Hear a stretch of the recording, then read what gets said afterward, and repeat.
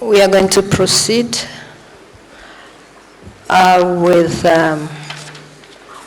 some argument or submission from the respondent side. The same time have been given to you, 60 minutes.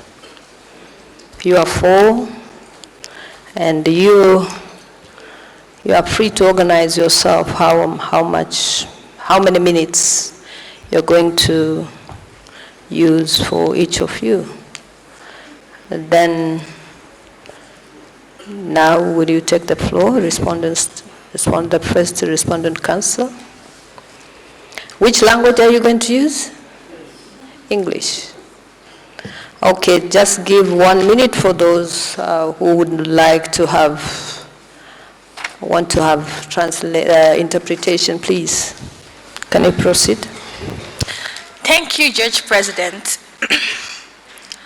Judge President, Your Excellencies, my learned friends, good morning, good afternoon. My name is Cynthia Ibo, here with my colleagues, Michelle Chiwanga, Watson Samarai, and Michael Agu, as agents of the respondent state.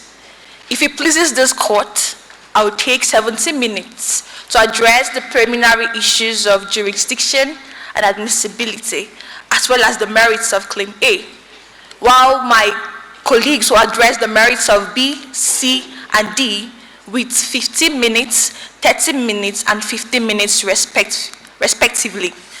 If it pleases this court, I would like to proceed. Thank you, Your Excellencies. On the issue of jurisdiction, we submit, relying on the Rule 49, Sub 1 of the rules of this court, which empowers this court to determine the jurisdiction of cases in line with the protocol, the African Charter, and this rule. Your Excellencies, this court, in line with this rule, has established in the case of Konate versus Burkina Faso that it must satisfy itself that it has personal, material, temporal, and territorial jurisdiction before it can exercise it over a matter. We submit, Your Excellencies, that we align ourselves to the argument of the applicant to the extent that this court has jurisdiction over the claims B, C, and D. However, Your Excellencies, respectfully, we contend this court's material jurisdiction with respect to Claim A, which is on the withdrawal of the declaration by the respondent state. Your Excellencies, in making our submission, we rely on this court's very recent jurisprudence in the case of Glory Hosu versus the Republic of Benin. Your Excellencies, this court established, amongst others, that it will exercise material jurisdiction if it suffices that the rights alleged to be violated are protected by the African Charter and other relevant human rights instruments ratified by the respondent state.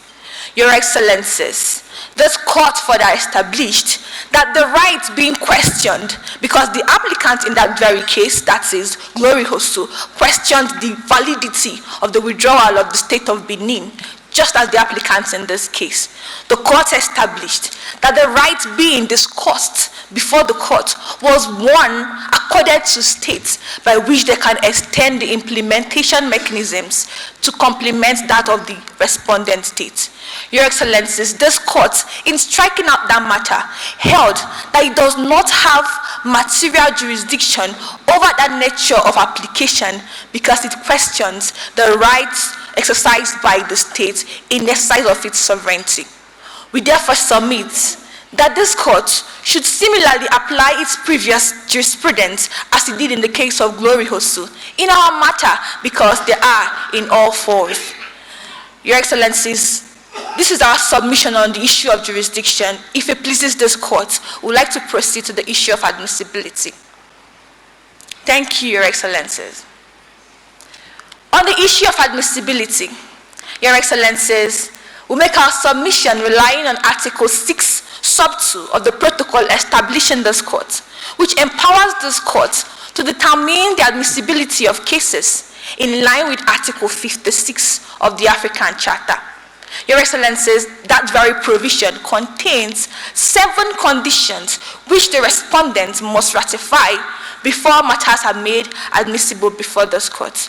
We submit that the application before this court falls short of the requirement of Article 56 sub 5 on the duty to exhaust local remedies and the Article 56 sub 7 on previous settlement of matters before this court. Your Excellencies, we make our submission in 2 folds.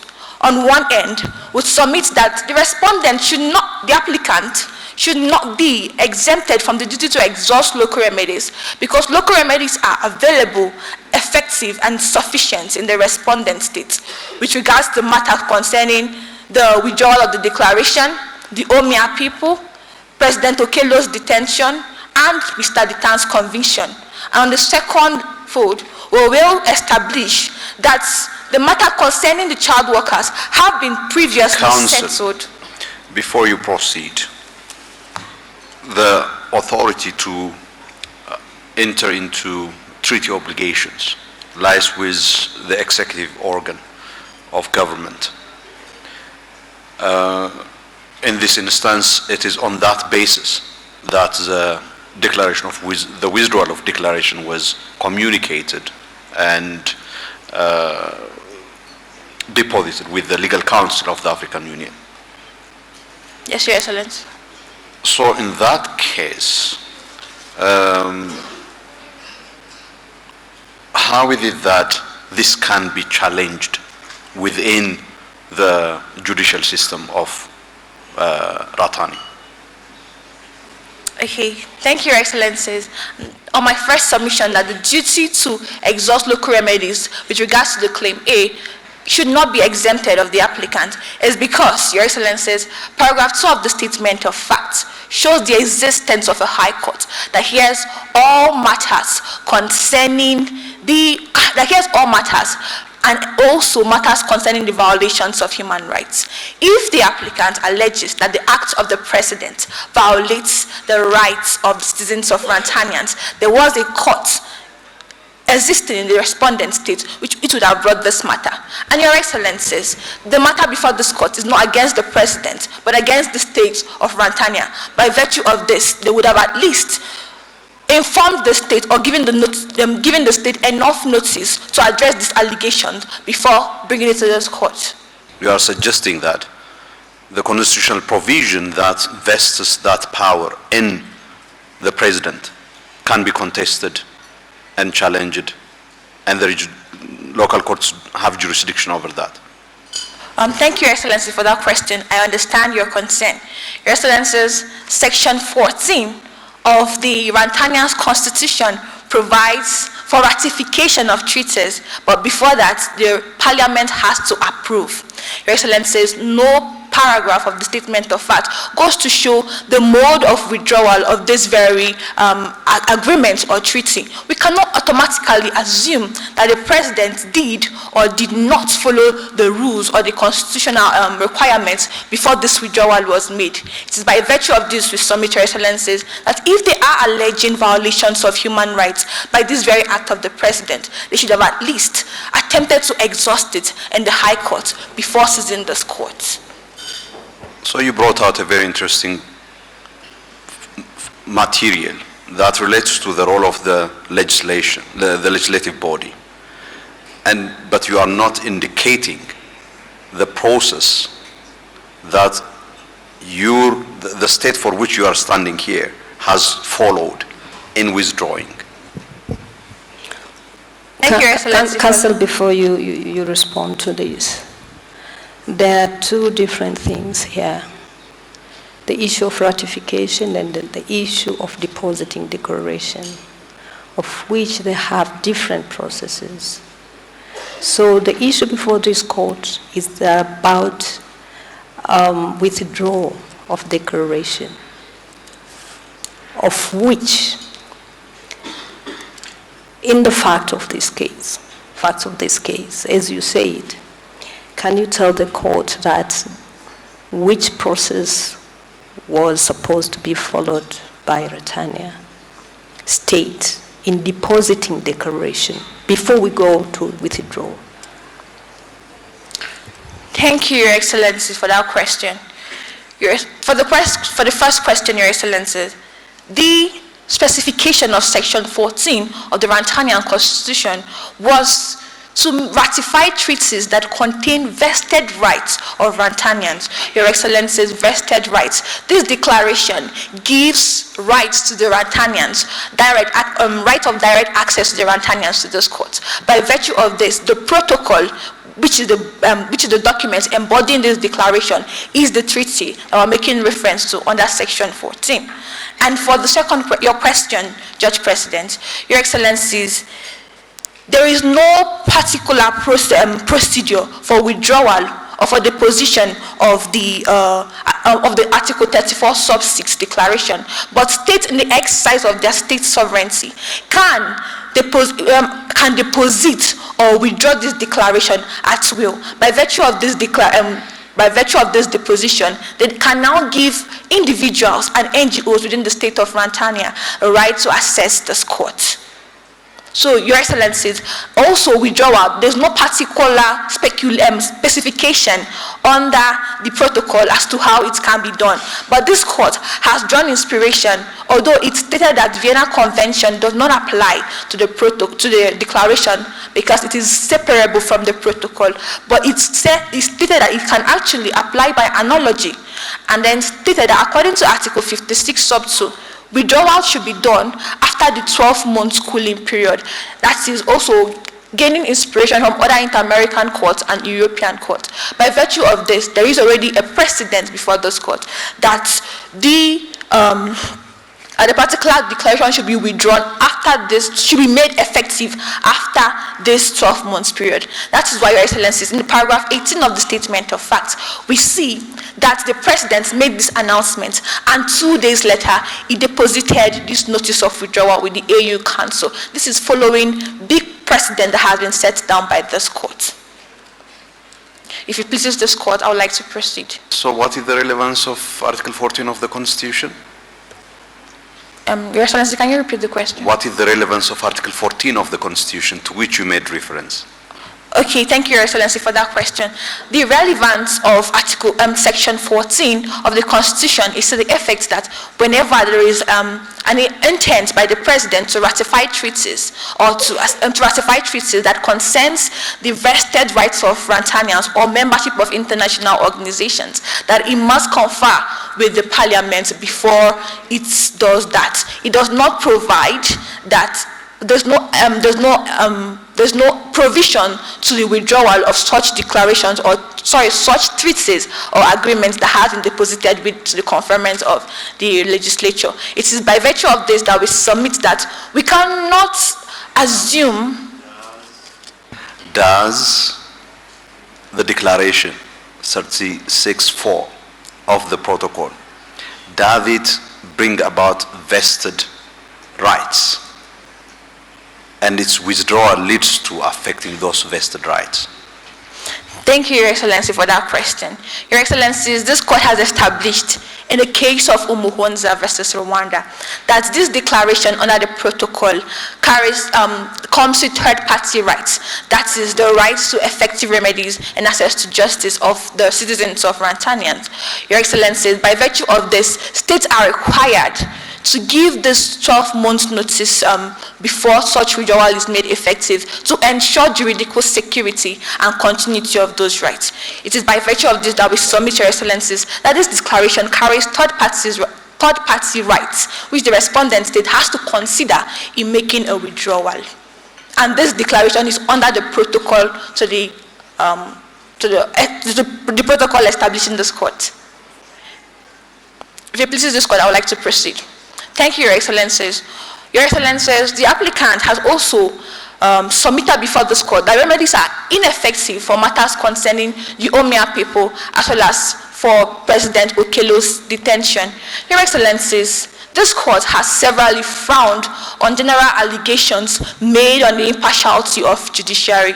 We see in the case of Mugesera versus Rwanda, where this court established that the general allegations that the judiciary of Rwanda is impartial and may not be able to give Leon Mugesera the effective effective remedy he requires will not or does not substantiate the ineffectiveness of these remedies. The applicant has not been able to provide concrete evidence linking these allegations of impartiality to the case concerning the Omia people as well as President Okelo's detention. What strikes me as startling is that your High Court has fixed the deposed president's case to February. Yes, Your Excellency.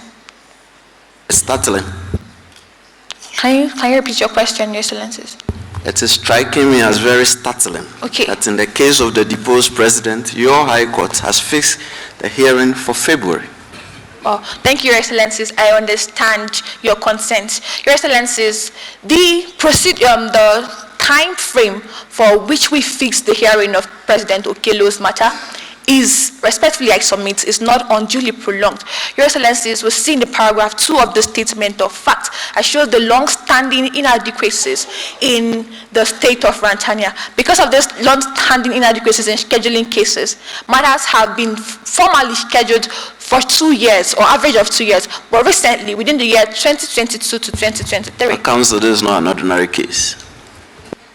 Your Excellencies, the human rights violations which the President Okelo's lawyer brought... This is the deposition of a president. Your Excellencies, the case on... is it the case on the withdrawal or that of President Okelo's detention? To be clear on what to answer. This whole point about the applicant's position on the deposed president. That's what you're responding to, right? So basically the question is, does the status of the defendant, the status of the person whose right is allegedly violated matter in the scheduling? Thank you, Your Excellencies. The position or the status of the president does not matter, as we have constantly tried, constantly improved our judiciary system to hear everybody, both the ordinary persons and those in the official capacities. So it is our submission, Your Excellencies, that this particular scheduling of cases, it is in line with trying to balance the cases from the previous years that had 2 years, and then because of that, 8 months is not undue with regards to President Okelo's detention. If that answered your question, I would like to continue. Thank you, Your Excellencies. On our submission concerning Mr. Ditan's conviction, Your Excellencies, the applicant submits that there was no other remedy to assess, since the Supreme Court does not have criminal jurisdiction appeal over Mr. Ditan's matter. However, we submit that according to the paragraph 2 of the statement Why of can fact, you clarify? Okay. Why the Supreme Court doesn't have jurisdiction? Thank you, Your Excellency, for that question. Your Excellency, paragraph 2 of the statement of fact shows that the Supreme Court is the highest court of the land, and he has the jurisdiction to hear appeals from the Court of Appeal. However, its criminal jurisdiction is limited to crimes that have sentences of 5 years and above without an option of fine. But we see in Mr. Ditan's matter that he was sentenced to 3 years without an option of fine. It is based on this that the applicant has submitted that it has exhausted local remedies. However, paragraph 2 of the statement of fact goes further to tell us that the Supreme Court also had an extraordinary jurisdiction to hear matters concerning. Your Excellencies, if I may be given 1 minute to conclude on this submission. Leave granted. Thank you, Your Excellencies. It is our submission that there was a presence of the Supreme Court of Rwanda which heard matters on constitutional petitions. Your Excellencies, if they wanted to challenge the Article 30 of the Criminal Act of Rwanda, they had to resort to this court which had exclusive jurisdiction to hear this matter, and it is a matter separate from the process of appeal. There is no exclusion of the applicant, since they have the right to appeal to this very court. We therefore submit that they have not been able to exhaust local remedies.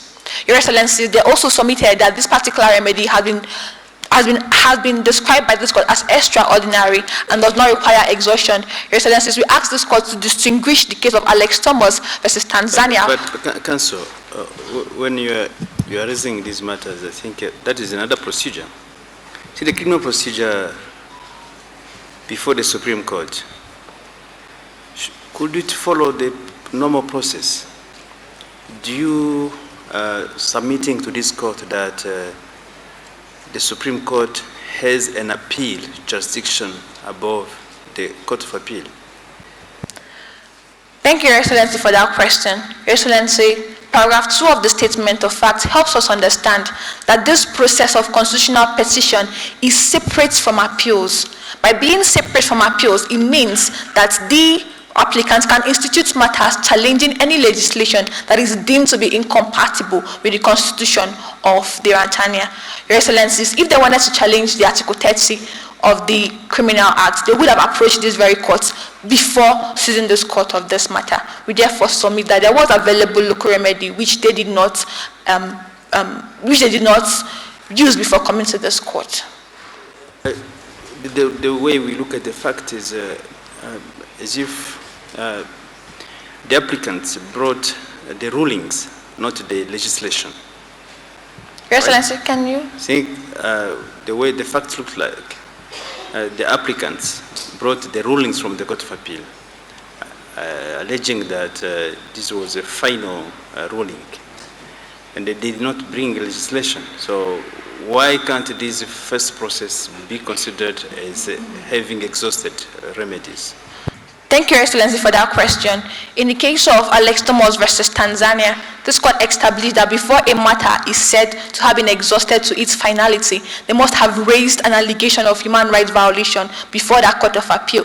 We have, Your Excellencies, in the paragraph 18 of the Statement of Facts, showing that the Court of Appeal only confirmed this particular decision. We do not see that they have raised an appeal against the human rights violations of Mr. Detan. And to raise that very human rights violation, they would have at least approached the Supreme Court first to consider the compatibility of that legislation before instituting a matter on human rights violation. It is based on this that we submit that they have not exhausted local remedies since they did not follow the due process to inform the state of this very violation of human rights. Thank you, Your Excellency, for that question. Thank you. I concede to the second agent. May it please this honorable court, my name is Michelle Chiwanga, second counsel for the respondent. With the leave of this court, I will be making submissions on Claim B for a continuous period of 15 minutes. With the leave of the court, I will proceed to make my submissions.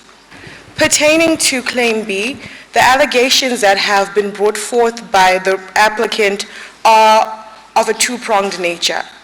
The applicant made an effort to distinguish between the violations against the Omnia people and those of the children. It is because of this that our submissions shall also follow the structure. Furthermore, the applicant preferred two distinct positions. The first being that the state was indirectly responsible for the actions of non-state actors rooted in the doctrine of impunity. The second allegation by the applicant is rooted in the notion that the state has failed to protect the children. For want of clarity, this pertains specifically to the rights of the child workers. I will proceed to make further submissions. We do not in any manner, as a respondent, contend this notion of indirect responsibility. We cede the wisdom of this court and the Commission and other relevant courts in submitting to the position that a state may be held liable for the actions of non-state actors, granted that it promoted a culture of impunity through pervasive non-action. This position was established by this court in the matter of Zimbabwe Human Rights NGO Forum versus Zimbabwe. However, we do submit that this notion of impunity or liability for the actions of third parties does not accrue automatically. Which court are you referring? Most indebted, Your Excellency, this honorable court, the African Court on Human and People's Rights. Okay, which case have you cited? Zimbabwe NGO Forum versus Zimbabwe. It went through the commission. Most indebted, Your Excellency. I submit to the wisdom of the court and apologize for any confusion, and then plead on the basis of the doctrine of complementarity as per Article 2 of the protocol to this court that states that the decisions of the recommendations of the African Commission may influence decisions of this particular court. With specific regards to the court at hand, I will then bring reference to this notion of state responsibility, should the court permit me. Yes, proceed. Most indebted, Your Excellency. We further submit that this notion of indirect responsibility does not accrue automatically, but rather is subject to the due diligence test.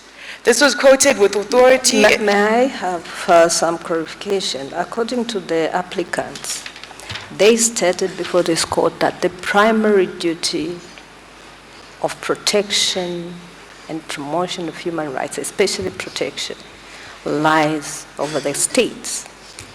So now you are saying that there's an indirect responsibility, because that's the principle.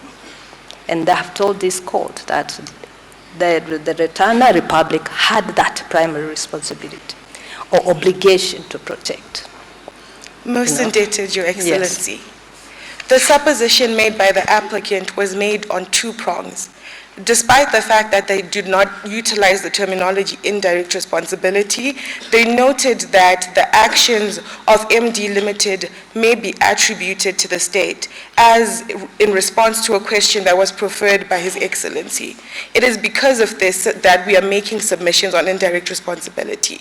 However, pertaining to the duty to protect, this implies a direct responsibility of the state to protect. And we as a respondent do submit that we did conduct our due diligence with results of the allegations that were made by a mass media source by investigating the matter further following the allegations having been made, and found the claims to be unsubstantiated. In following the decision or the position of the African Commission in Jawara versus the Gambia, it was stated, echoing the position of the African Charter at Article 56.4, that mass media reports may not be utilized solely as the basis of allegations of violations. It is on this basis that we bring it to this Honorable Court's attention that the report by the Confidential, as per paragraph 6 of the fact sheet, shows that the Confidential is a weekly newspaper, again, a mass media source. Utilizing this... Counsel, there seems to be a factual contestation. And I would like to inquire from the investigation that the state that you represent undertook. You are saying that all of the alleged acts didn't take place. So I just wanted to confirm whether or not there were deaths of children. Most indebted, Your Excellency. We as the applicant submit, most indebted, Your Excellency, we as the respondent submit that with regard specifically to the deaths of the children, that there was no evidence that such deaths occurred. Again, leaning on the basis of the probative value of the report of a newspaper referenced as the Confidential. Furthermore, we submit that should it be that such deaths are said to have occurred, there must be a nexus that is established between the deaths and the allegation that MD Limited's actions resulted in this alleged death. However, we still fervently submit to this court that there is no such evidence that any violation of that nature did in fact occur. In our investigations by RMB Limited, which is the Rwandanian Mining Board, which is a specialist board that is entitled to look into such matters. Further, this position was then confirmed by our very courts. So we do submit that not only did we stand on this presumption that such an occurrence did not happen, but we did conduct our due diligence in accordance to our duty to protect by investigating the matters, utilizing the Rwandanian Mining Board as the framework for such an investigation. It seems to me that you're trying to imply that because the applicants allege that it was committed through MD Limited, and you take the position that it can't be imputable to MD Limited means that no violations occurred.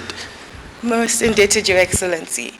I understand why that might be the perspective, but our supposition is in that the violation did not occur because MD Limited is not responsible for the violation.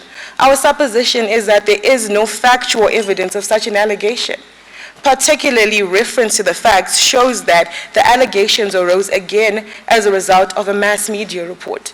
This mass media report was not supported by any other factual claims aside from the sole source of information. Our investigations, in accordance to our responsibility... Are you discounting TI's report too? Most indebted, Your Excellency. Transparency International's report, are you discounting that too? And if I may add, so your investigation didn't establish that there are no children involved in mining activities? Most indebted, Your Excellency. May you please come again for clarification? The previous justice. I'm saying, are you discounting Transparency International's report too? Because you seem to making note of the newspaper reports. So what about TI? Most indebted, Your Excellency. We do submit that reports are an invaluable asset in maintaining and upholding human rights as they stand within our international framework. However, reports in isolation are subject to investigation by the state at hand. In this particular instance, we draw attention to, again, this notion that was raised in the matter of Jawara versus the Gambia. And when pertaining to any evidence that is raised and is in contention before this court, it is the duty of the state, as they are the ones that are most capable of ascertaining the validity of the information, to determine whether or not the information preferred in a report is in fact accurate. We do not question the integrity of Transparency International, but rather follow the procedure laid out by this court, which requires the state to confirm again the validity of these reports. We stand here contending the supposition brought forth by the confidential as well as Transparency International on the basis that our investigations did not find these claims to be founded on any basis that we can utilize to substantiate the claims of violations. Most indebted, Your Excellency. If it pleases the court, I will proceed to make further submissions.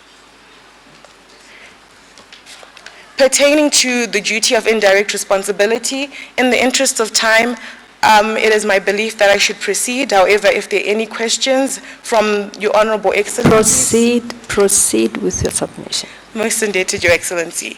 Regarding the OMIA, the applicant made allegations pertaining to a violation of the right to property.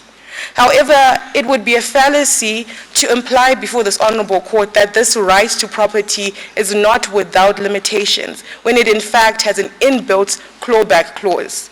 This position was echoed in Center for Minority Rights Development versus Kenya, and we cited this case as this is the case that was being utilized by the applicant as the basis for their submissions. It is more popularly known as the Indores case. We submit that the respondent did not violate the rights of the omnia either substantively or procedurally. Specifically, we further submit that the granting of the mining concession was in efforts to fulfill the people's right to development as per Article 22 of the African Charter on Human and People's Rights, which is duly mandated by Article 1 of the same instrument and protected by Article 21, sub-Article 4, which further protects the respondent's right to freely dispose of its wealth with a view to strengthen African unity and solidarity. But what does Article 21(1) says? Most indebted, Your Excellency. Wisdom of the court will be required on this particular notion to avoid any confusion. Doesn't it say that the state exercises this on behalf of and in the exclusive interest of the people?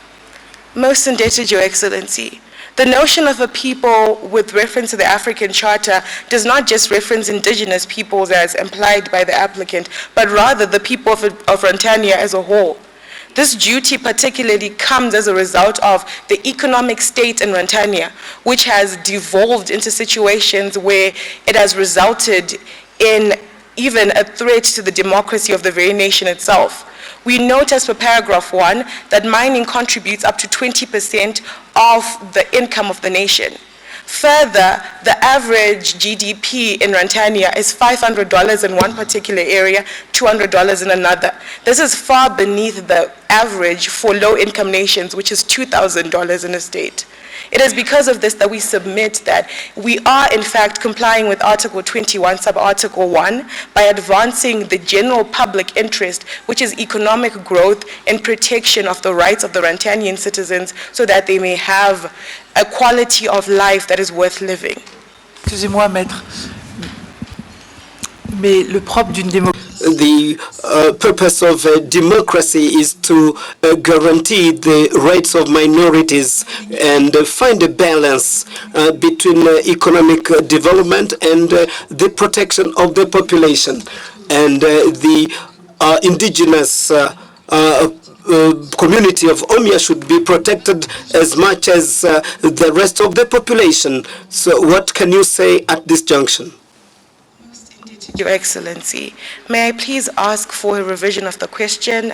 I had a technical glitch at the beginning of the question and could not hear anything.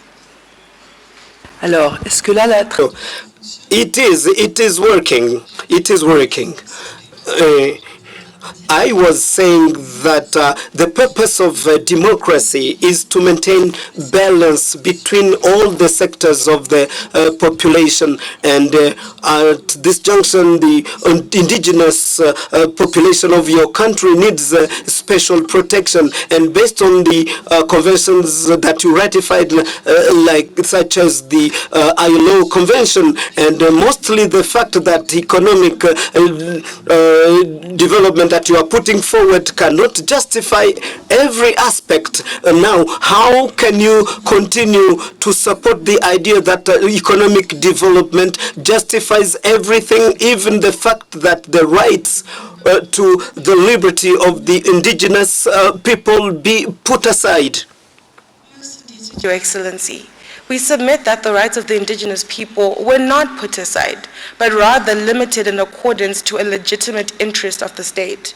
Further, we cite the same Indigenous case where the following criterion were preferred.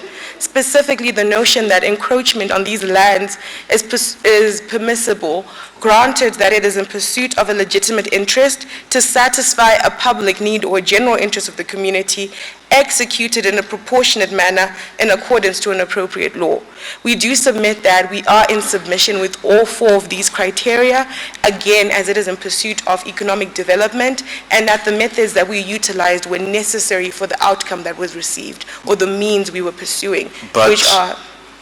Council, is it not the case that, apart from those items that you put forward, that in order for limitations to be legitimate, justifiable, that you need to first establish whether or not you can pursue that public interest while accommodating the interest of the indigenous people?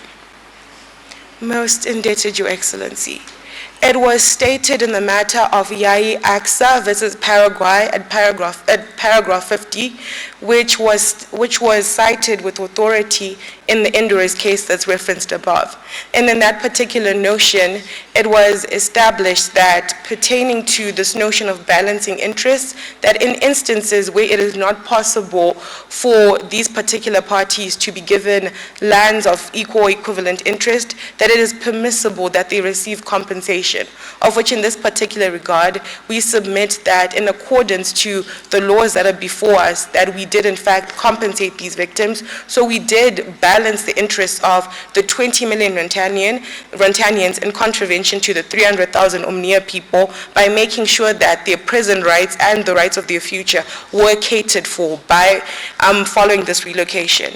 Should it have been that it was possible to utilize an alternative alternative method in order to have access to these resources, we would have done so. But as is common cause, mining is specific to areas, as evidenced by paragraph 1 of the fact sheet. It was necessary for us to utilize that particular piece of land, and we could not utilize alternative ones. And we made measures to make sure that we mitigated the impact of any potential violations.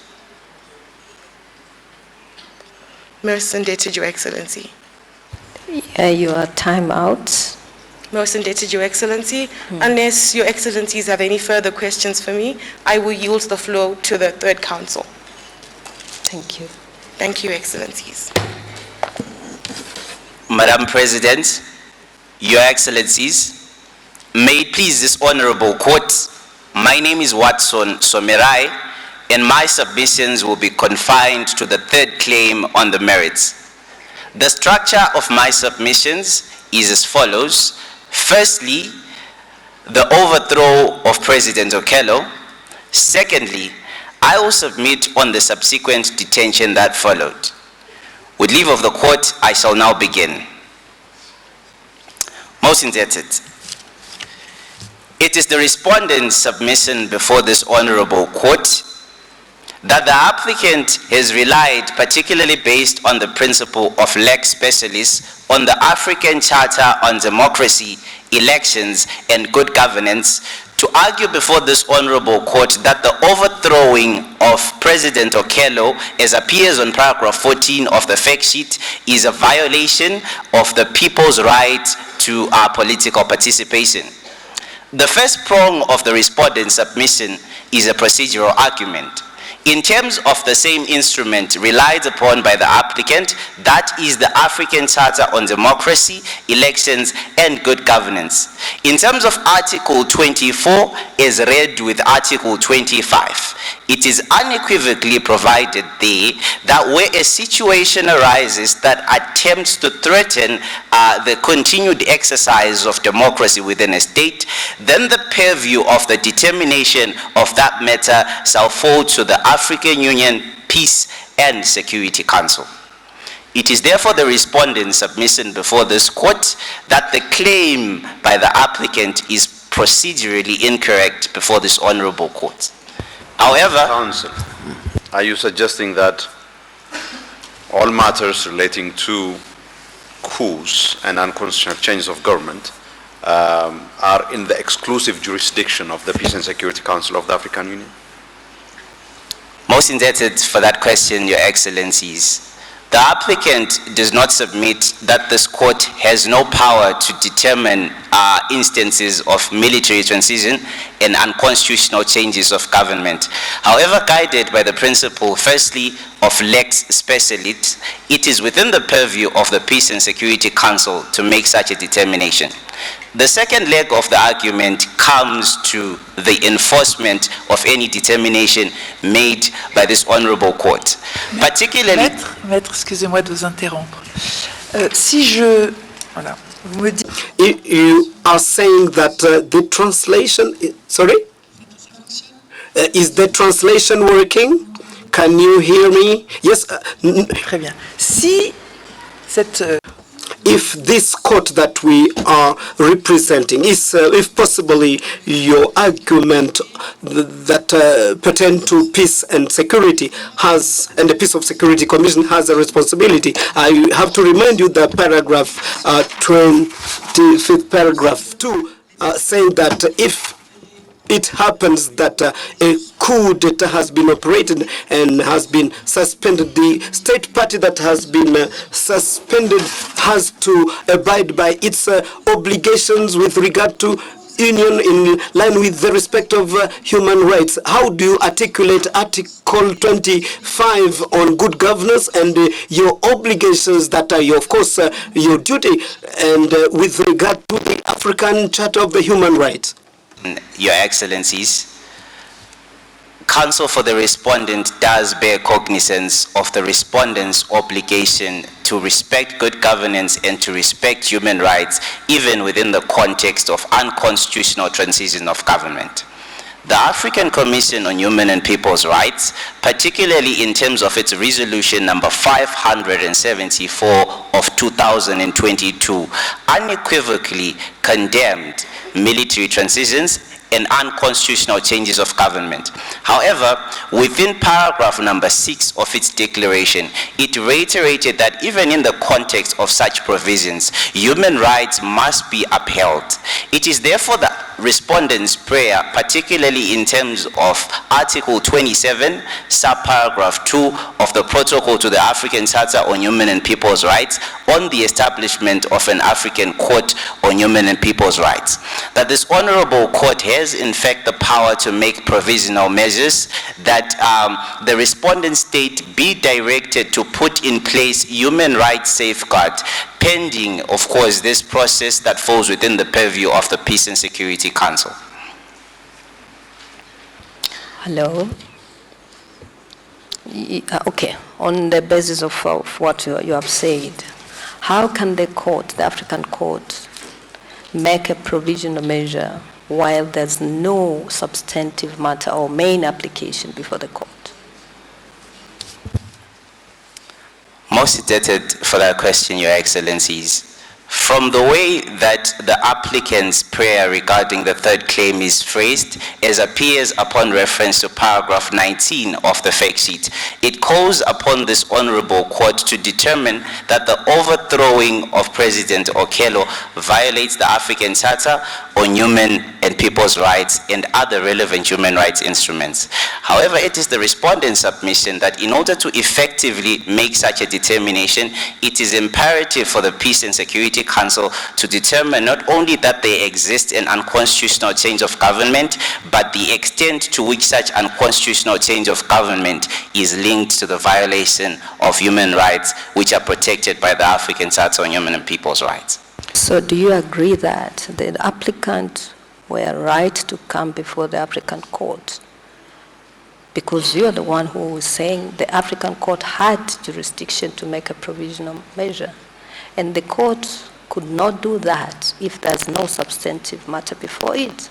Then that's why the applicants came before the court with main application, even if the court would have given the provisional measure. So the issue that it was not right to come to the court on that particular issue, do you agree with me that that is wrong? Most indebted for that direction, Your Excellency. I agree in totality that this honorable court has the power to preside over this claim, because in terms of Article 3, subparagraph 1 on the Protocol to the African Charter on Human People's Rights, which establishes this honorable court has jurisdiction to interpret and apply provisions with respect to not only the African Charter on Human and People's Rights, but this honorable court protocol and other relevant human rights instruments. Reverting back to my submissions, I will now submit... Before you proceed, Counsel, are you suggesting that without the Peace and Security Council pronouncing itself on this matter, this court can't assume jurisdiction? Is that your submission? Most indebted, Your Excellencies, that is not the thrust of the respondent's submission before this court. However, the respondent was submitting before this court that in terms of the charter which the applicant has sought to rely on for the said violation, the unequivocal procedural remedies are laid down there in terms of Article 24. However, should this honorable court proceed with making a determination over the violations of the African Charter on Human and People's Rights, the respondent will make submissions on that issue. Reverting back to my submission, to close off on the issue of the overthrowing of President Okello, the African Union's Constitutive Act, particularly as referenced in Article 4, reiterates the principle of state sovereignty and reiterates the concept of non-intervention in the domestic affairs of state. It is therefore the respondent's submission that a determination of the violation of the African Charter on the Human and People's Rights based exclusively on the overthrowing of President Okello on its own would undermine the principle of state sovereignty as recognized by the African Union. I shall now move on to the subsequent detention which followed the overthrowing of President Okello. When a state exercising its sovereign authority assents to a treaty, how is it that demanding that state to comply with a treaty that it has assented to by exercising its sovereign authority be a violation of its sovereignty? Most indebted for that question, Your Excellency. In response, therefore, the respondent does concede, especially upon reference to Articles 26 and 27 of the Vienna on the Convention of those treaties, that the respondent is bound by obligation of good faith, especially in terms of obligations under international instruments which it has ratified or acceded to.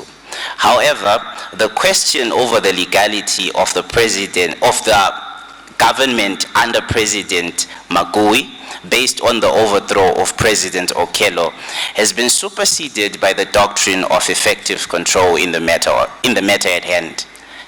Does effective control repudiate the human rights consequences of the overthrow of government? Most indebted for that question, Your Excellencies. The doctrine of effective control does in no way repudiate that. However, the thrust of the argument comes to the practicality of it. If counsel for the respondent may respectfully draw this honorable court's attention to a judgment by the ECOWAS Court of Justice, particularly the case of Nasipe versus ECOWAS, where it was reiterated that in assessing military transitions and unconstitutional changes in government, special reference must be made to the stability and the potential of leaving a potential vacuum within the state concerned. This authority is cited for persuasive value before this court. So are you suggesting that the military has the monopoly of truth and determining when to intervene in a state, and that it has the competence, basically, to make a determination whether or not there is a vacuum or not? I mean, where does this authority of the military to just make a determination and intervene? Most indebted for that question, Your Excellencies. The respondent makes reference to the objectives under the African Charter on Democracy, Elections, and Good Governance, that military transitions are not compatible with democracy and they are not compatible with human rights. However, the respondent's submission before this court is that inasmuch as the act of a military transition or an unlawful government is indeed condemned, reference is made to Article number 25 of the International Law Commission's draft articles on state responsibility, which provides that a wrongful act of a state may be precluded based on necessity. The wrongfulness of the act in this case is established firstly upon reference to Article 10 of the International Law Commission's draft articles on state responsibility, which unequivocally provides that a military insurrection which succeeds in taking over power becomes a new government, and it is that new government's actions that are then attributable on the state. What is the necessity that you are talking about? Most indebted for that question, Your Excellencies. In terms of Article 25 of the previously cited draft articles, subparagraph 1 provides that the necessity must be a state's response to safeguard itself and its interest upon an impending situation of imperil. clarify for the purpose of, this, what is that situation that you are talking about? En vous référant, Referring in order, yourself to be precise and to connect with the facts, it was very important to understand how you see the state of necessity related to the facts of the case. Most indebted for that, Your Excellencies. In terms of paragraph 11 of the fact sheet, the situation within Rwanda is shown. When President Okello inherited office, the country was suffering from a huge debt, which threatened the country to fall into economic decline. And when he came into office, he introduced taxes, and those taxes worsened the economic situation, as is unequivocally provided for in terms of paragraph 11. What competence does the military have to determine whether, there is an economic crisis of such a nature that imperils the state? What competence does it have? Does it have an economic, macroeconomic competence, skills to make a determination like that? Most indebted for that question, Your Excellencies. The military does not have any mandate to determine over the economic viability within a state. However, the concept of democracy, as is underscored by the African Charter on Democracy, Elections, and Good Governance, does uphold the principle of democracy. But in unpacking this provision in terms of this charter, it is important, particularly in terms of Article 31, subparagraph 1C of the Vienna Convention on the Law of Treaties, which allows for reliance and use of general principles of the law. And one of the general principles of the law that underpins the concept of democracy is minimalist democracy and maximalist democracy. So under that, there are instances when people may resort to unlawful or unconstitutional method in order to address situations that are directly and intrinsically linked to their human rights, which is the justification that happened in the case at hand. The military did not have that prerogative, but then they acted in response to the situation within Rwanda. Okay, so your last point, they don't have the prerogative. They don't have the prerogative. That is correct. But they acted. Means they acted illegally, unlawfully. Most indebted for that, Your Excellencies. The respondent does not submit that the unconstitutional transition was legal. The respondent submits that it is justifiable in the circumstances at hand based on the doctrine of effective control, among other arguments which have been proffered before this court. Thank you. Your time out. Your Excellencies, if I may beg indulgence of this honorable court to wind up in 1 minute on the second leg of the submission, that is with respect to the subsequent detention. Prayer granted. 1 minute. Most indebted, Your Excellencies.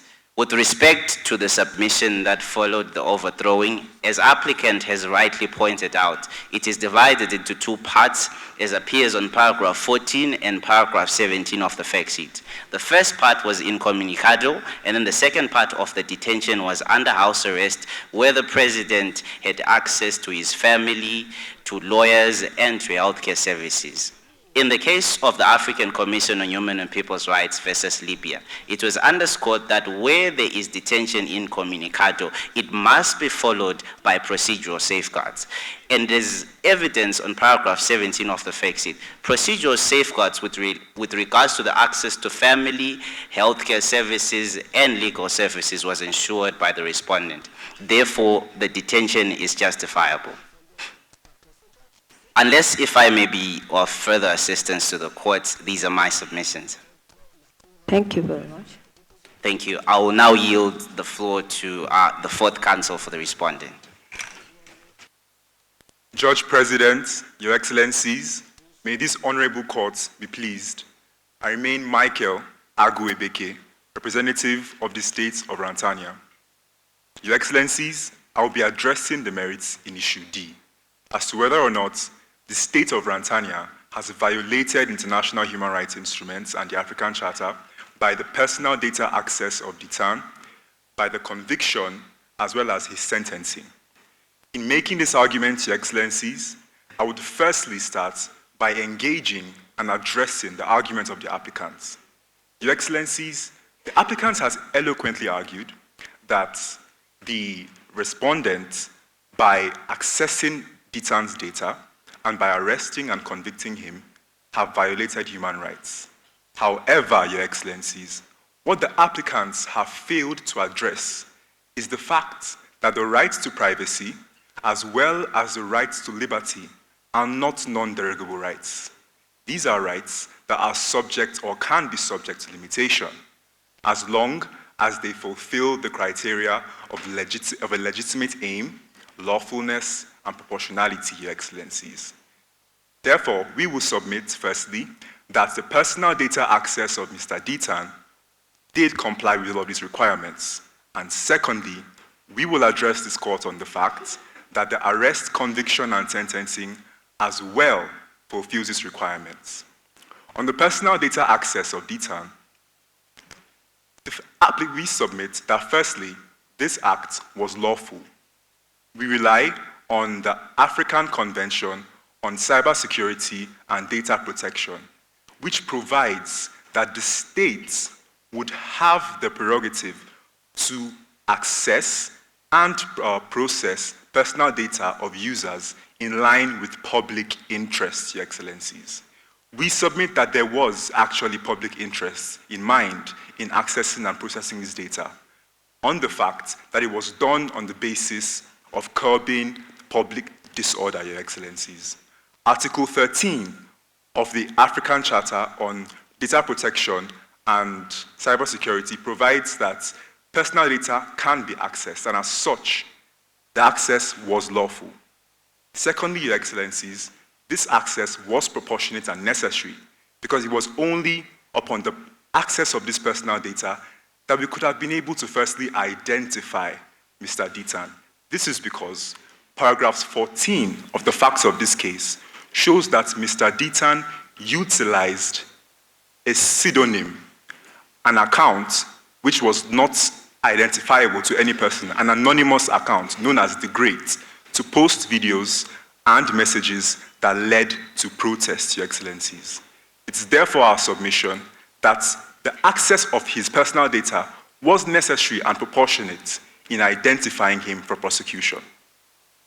Your Excellencies. Would you argue differently if you had used his real name?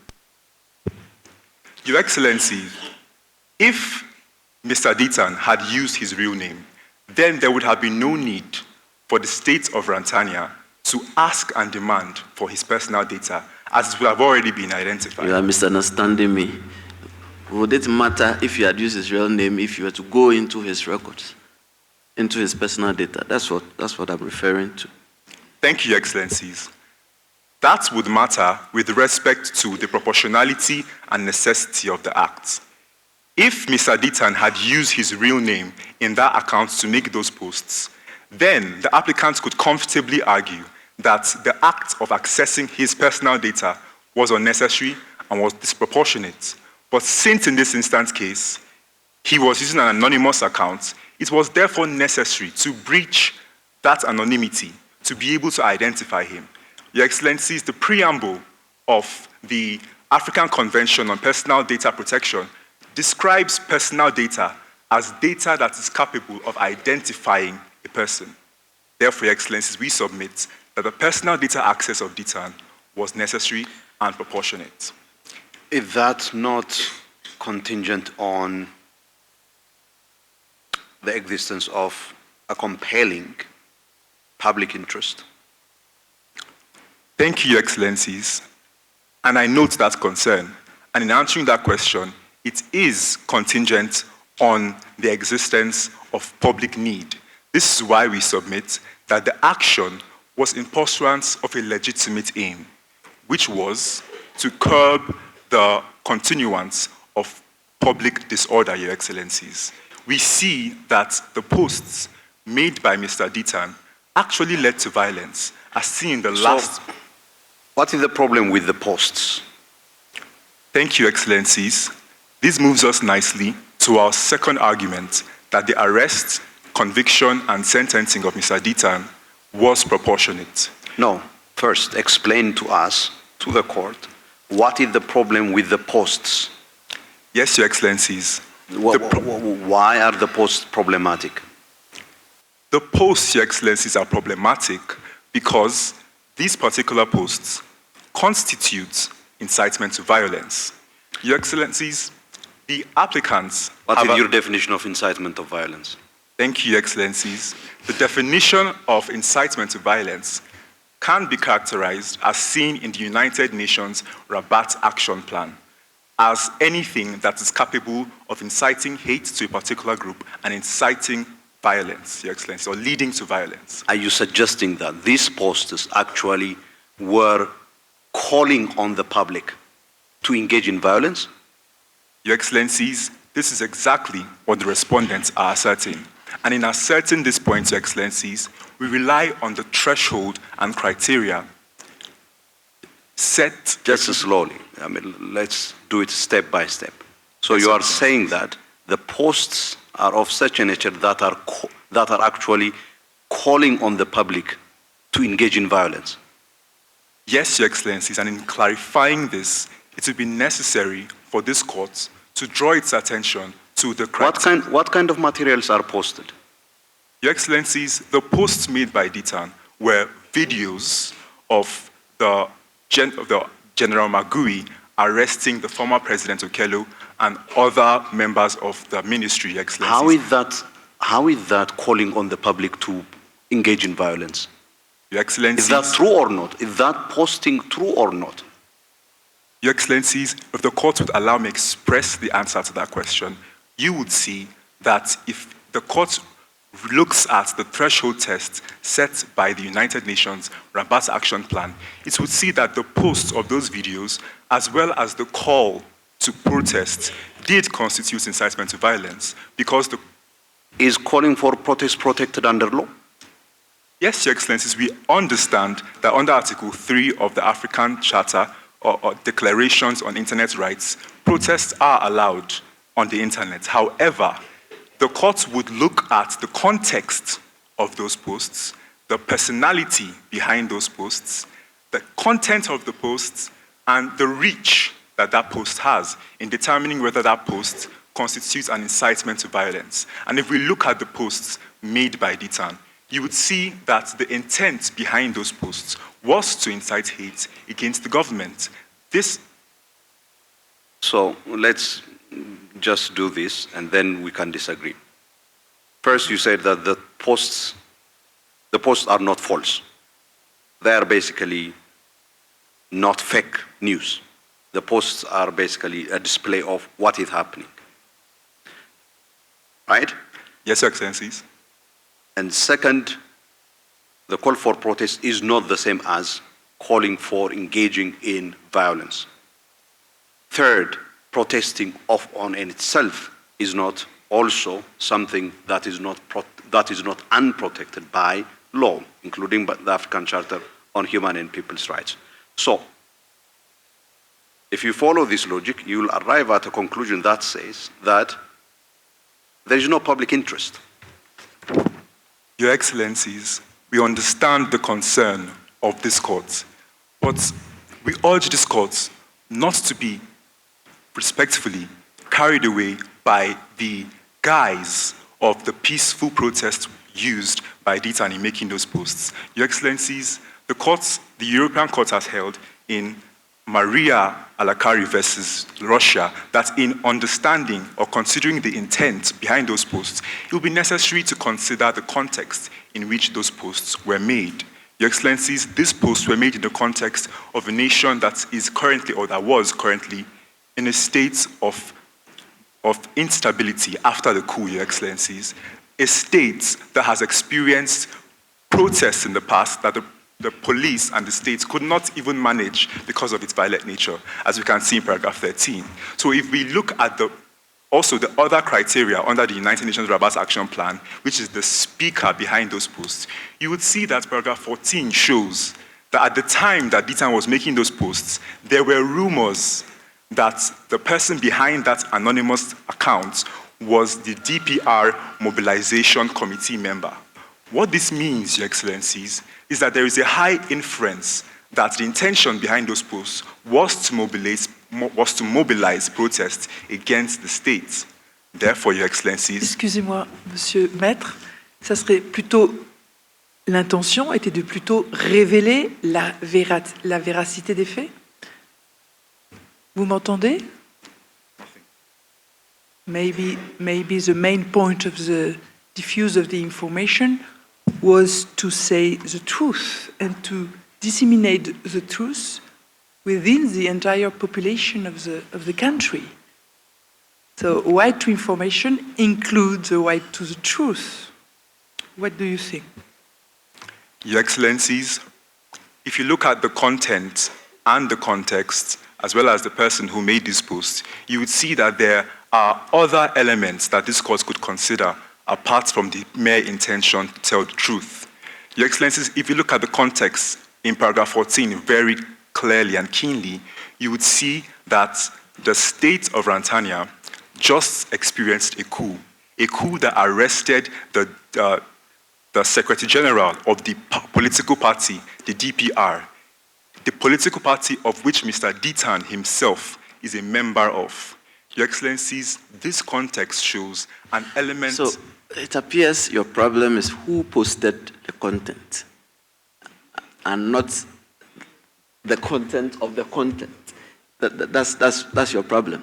The fact that it was posted by Mr. Detention, so it was posted by any ordinary person, maybe a man on the street. Would you still argue that way?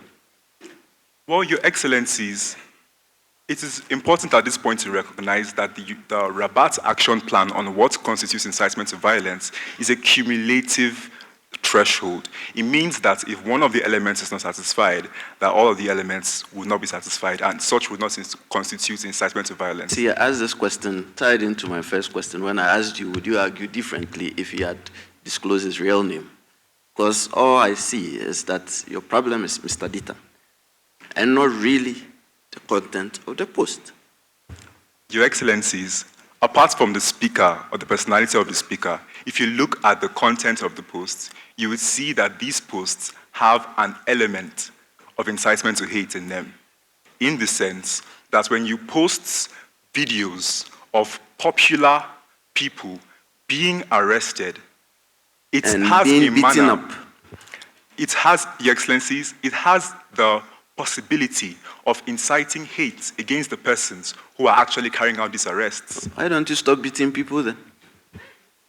Sorry, Your Excellencies? Why don't you stop beating people then, so that people will not have such content to post? I see that Your Excellency is referring to the facts paragraph that talks about the beating of Detention. However, that particular beating is not verified. It is still, yes, Your Excellencies. So we are submitting that if this court looks holistically at all of these elements that characterize or prove incitement to violence, this court would see that there is a reasonable inference that this particular post did constitute incitement to violence. Therefore, the conviction and sentencing was not disproportionate, as alleged by the applicant. Your Excellencies, under Article 20 of the ICCPR, it allows the criminalization of acts that constitute hate speech, Your Excellencies, and incitement to violence. Thank you, Your Excellencies. That is my submission with respect to issue D. And if the court allows me the permission, I would address quickly the merits in Claim A, Your Excellencies, which is with reference to whether or not the state of Rwanda is responsible for undermining the rights of Rwandans by the withdrawal of the optional declaration. And we answer in the negative, Your Excellencies. The applicants have alleged that this withdrawal undermines and violates the rights of citizens. However, it is important for this court to note that our arguments are on two fronts. Firstly, that the withdrawal is within the state's discretion as a sovereign state to make, and that secondly, the withdrawal does not undermine the rights of the citizens. On the second limb, Your Excellencies, what are those rights that the applicants could possibly claim have been undermined? Those rights, Your Excellencies, could be the right to fair trial, the right to effective remedy. Your Excellencies, it is our submission that all of these rights are comfortably protected and provided for in the state of Rwanda.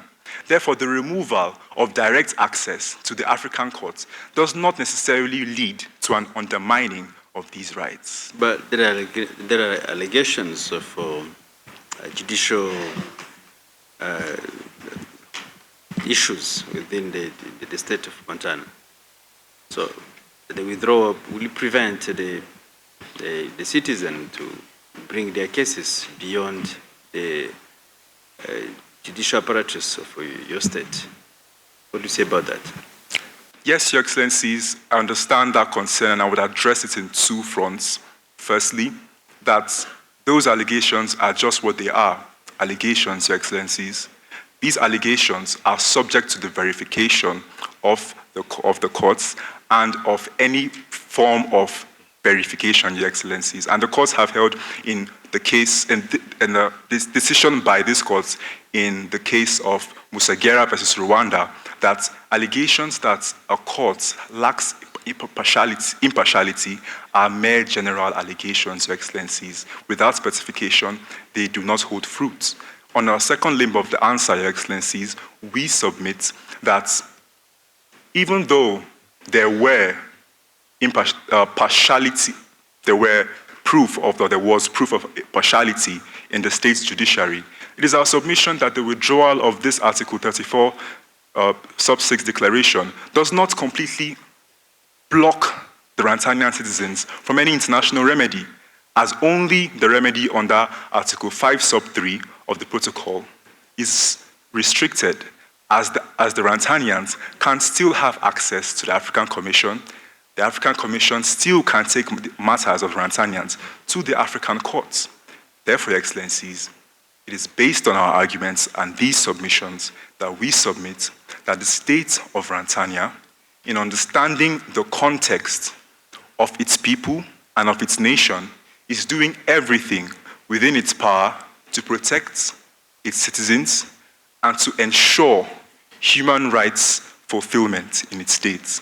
We urge this court to dismiss the arguments of the applicants and to hold that the respondents. With the permission from the President, we didn't hear your side addressing the issue for MD Limited. MD Limited.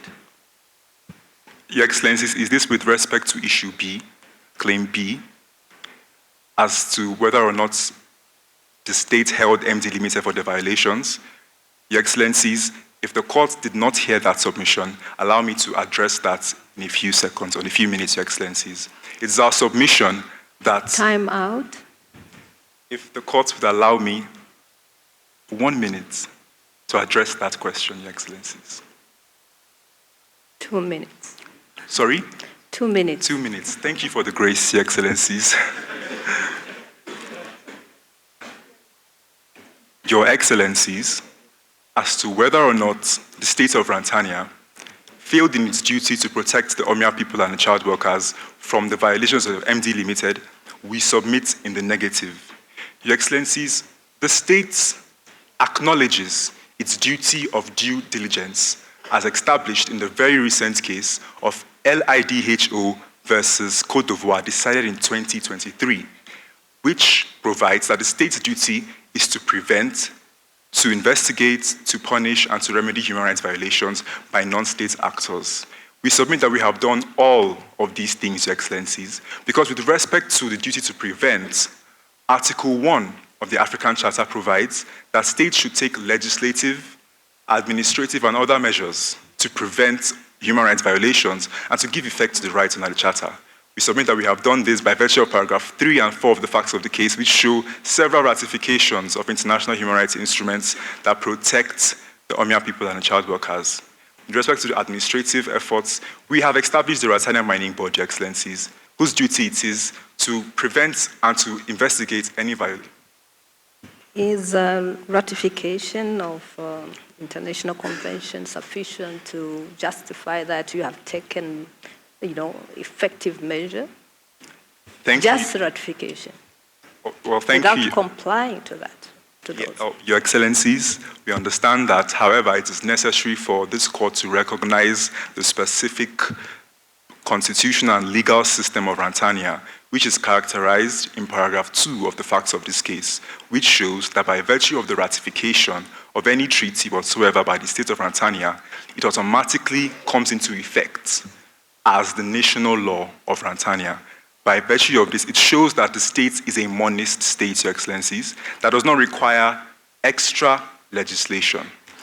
Therefore, Your Excellencies, we submit that by virtue of these ratifications and the establishment of the RMB, who has obligation to make sure that all being domestic legislation, international instruments which have been adopted as part of domestic legislation are complied with? Who have that obligation? Your Excellencies, the obligation to make sure that the laws as ratified are fulfilled are both with respect to the citizens whose duty it is to obey the law, and with respect to also the state's responsibility, which is to make sure that the persons or non-state actors are punished under that law, and the responsibility to investigate violations against that law and to remedy violations of that law, Your Excellencies. Therefore, with respect to the duty to investigate, we submit that if we look at paragraph 7 of the facts of the case, we would see that the Rwanda Mining Board actually took steps to investigate these rights violations. And if we look at the decision of the Commission in Zimbabwe NGO Forum versus Zimbabwe, the Commission decided that it would look at the effort put in by the states to carry out investigations. Seeing as investigations were carried out in paragraph 7 of the facts of this case, we submit that the duty to investigate is fulfilled. With respect to the board, or the regulatory board, just took an initiative or took an action after the fact. Didn't take any measure to make sure that they protected the rights of those people who have been affected by MD's activities. Yes, Your Excellencies. I would answer that question in two major fronts. Firstly, the duty to protect preemptively is with respect to the duty to prevent. Protect. Now you are coming to the prevention. Yes, Your Excellencies. In order to prevent, it requires taking preemptive measures, which we have already established that we have done by virtue of our establishment of the body and by virtue of the laws that we have put in place, the structure, the legal superstructure that we have put in place to prevent human rights violations. And with respect to the investigations that we have done, investigations can only come after there is an allegation of a rights violation. That is why. What was the duty of that regulatory body? The duty of, if I get your question correctly, you're asking of the duty of the RMB. Is it only investigation? Well, Your Excellencies, other steps, other administrative steps can be taken by the RMB in protecting rights, Your Excellencies. We submit that specifically, as the facts of this case show us, the Rwanda Mining Board was called to its duty to investigate the violations of the child workers that were rampant in the state. And the RMB immediately went into that particular state and that particular duty and investigated these rights violations, but found nothing, Your Excellencies. Because nothing was found, there was nothing to punish, Your Excellencies. That is why the duty to punish has also been fulfilled. And if you look at Zimbabwe NGO Forum versus Zimbabwe, the failure to punish sporadically, Your Excellencies, does not necessarily mean a violation of the duties of due diligence. And finally, with respect to remedies, we submit that having not found any violations with respect to the child workers, there was nothing to remedy. Your Excellencies, thank you for your time. It has been an honor arguing before this court. We urge this court to hold and rule in favor of the respondents in this matter. Thank you, Your Excellencies.